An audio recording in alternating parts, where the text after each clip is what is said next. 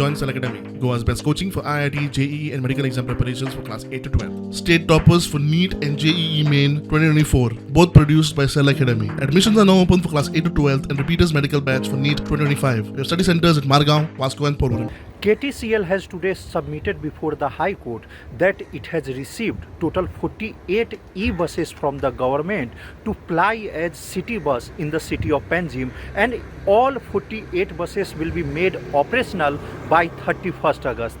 It is to be noted that all 48 buses was supposed to be operational from the 1st of July, but it could not be operationalized by KTCL. Now, giving the reason behind it, KTCL submitted to operate all those 48 buses, it requires 13 charging stations, but presently, as on date, only 4 are available. But it is also expected that remaining 9 will be made available by 15th August. So, in that scenario, all the 48 e-buses will be made operational by 31st August.